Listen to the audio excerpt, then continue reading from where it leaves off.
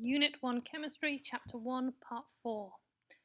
So, I mentioned briefly at the end of the last video that Schrödinger's model explains, as well as the existence of them in shells, the existence of them in electrons in subshells. So, we know shells are major energy levels within them, and we number them, shell 1, shell 2, shell 3. But within each shell, except for shell 1, there are also subshells. These are minor energy levels. So if we look here, this is a shell, and this is a shell, and this is a shell. And you can see there's a big difference in the energy level from shell 1 to shell 2, for instance.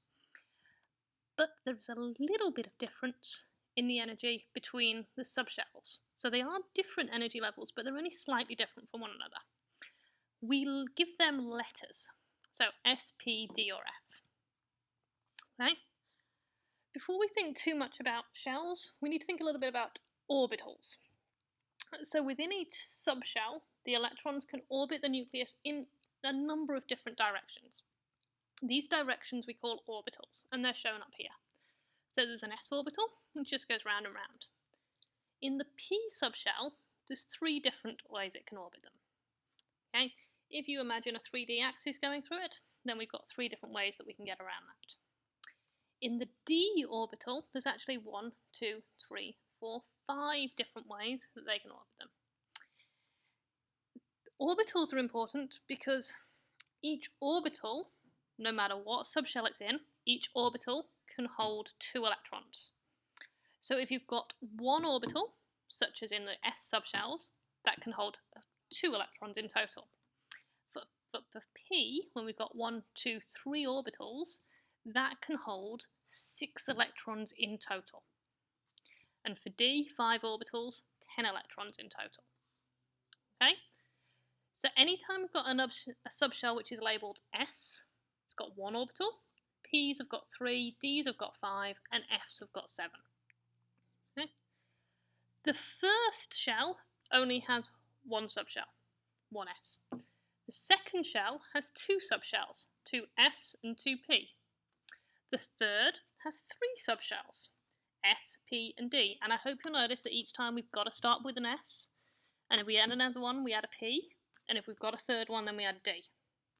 The fourth has got 4 subshells. So far, so easy to remember. The number of shells is equal to the number of subshells. And that 4th subshell is called an F.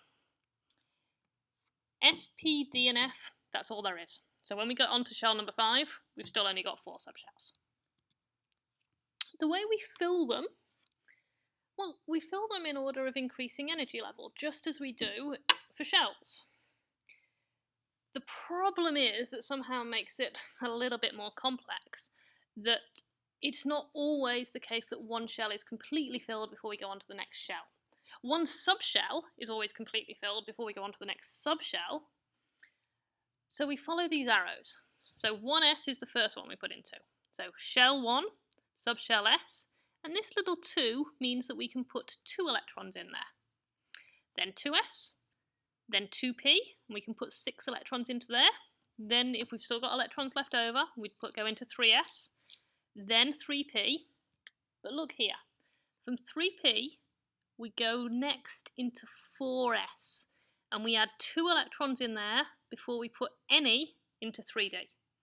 Basically 4s, as it works out, is actually slightly lower energy than 3d. But 4s would be the outer shell. So if we've got some electrons in 4s and some in 3d, the 4s ones are going to be your valence or outer shell electrons. So, if we think about something like carbon, we've got 6 electrons. So we're going to put 2 of them into 1s. So we're going to write 1s2. Still got 4 left, so we're going to put 2 more into 2s, 2s2. Got 2 more, so we're going to put 2 of them into 2p2. Now, in the previous diagram here, that says 2p6. That's how many it can hold. In this example, we've only got 2 electrons left over, so this is an unfilled subshell because we ran out of electrons. Because they want to be as far away from each other as possible, those electrons that are in 2p, the 2 of them, they're going to be in different orbitals. And if I had a third one, that would also be in a different orbital.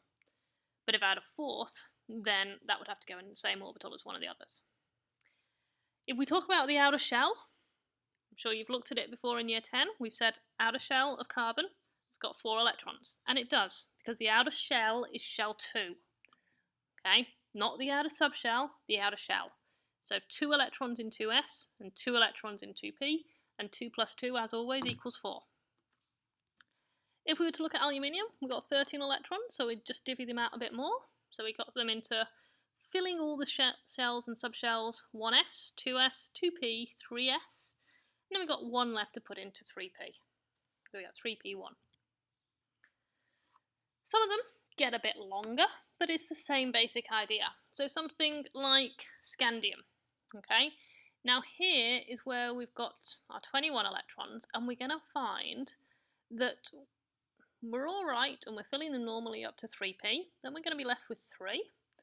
Remember, the next one we fill is 4s. So we put 2 into 4s, and then 1 into 3d. This is my outer shell. Okay, so I've got 2 electrons in the outer shell. We may find when we get into these longer ones, writing them out in full, we get quite complex. So what we sometimes do is write them out as argon, 4s2, 3d1. Argon, because argon has got this electron configuration. Yeah?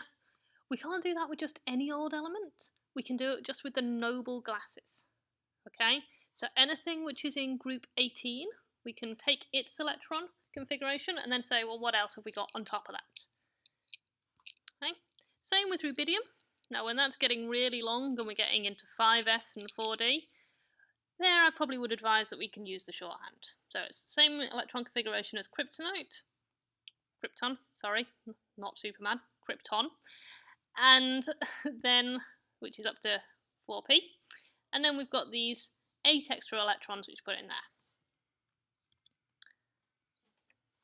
There are a couple of exceptions to this that you need to know about. Transition metals are complex, and when we go on to the topic of metals, we'll look at the differences between transition and main group metals. But the last D subshell is really close in energy to the previously filled S1. So 3D and 4S, or 4D and 5S, really close in energy. That means that electrons can move between them. And sometimes they do, so they can get a more stable electron configuration.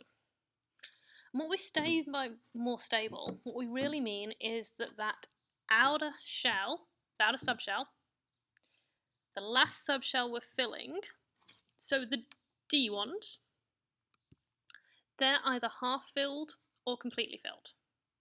So chromium, for example, we'd expect there to be 2 electrons in 4s and 4 electrons in 3d.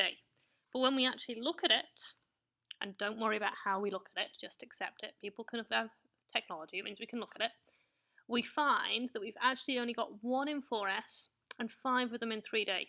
And that means that each 3D orbital's got 1 electron in it, and that's more stable. Same idea with copper. We would expect 9 in 3D and 2 in 4s, but what's actually more stable is to fill that 3D subshell, so put 10 in there, and only 1 in 4s. Okay? These are the 2 exceptions that you need to know about. So these 2 you actually need to remember the exceptions and remember what this electron configuration is. What we're looking for is 3D5 or 3D10.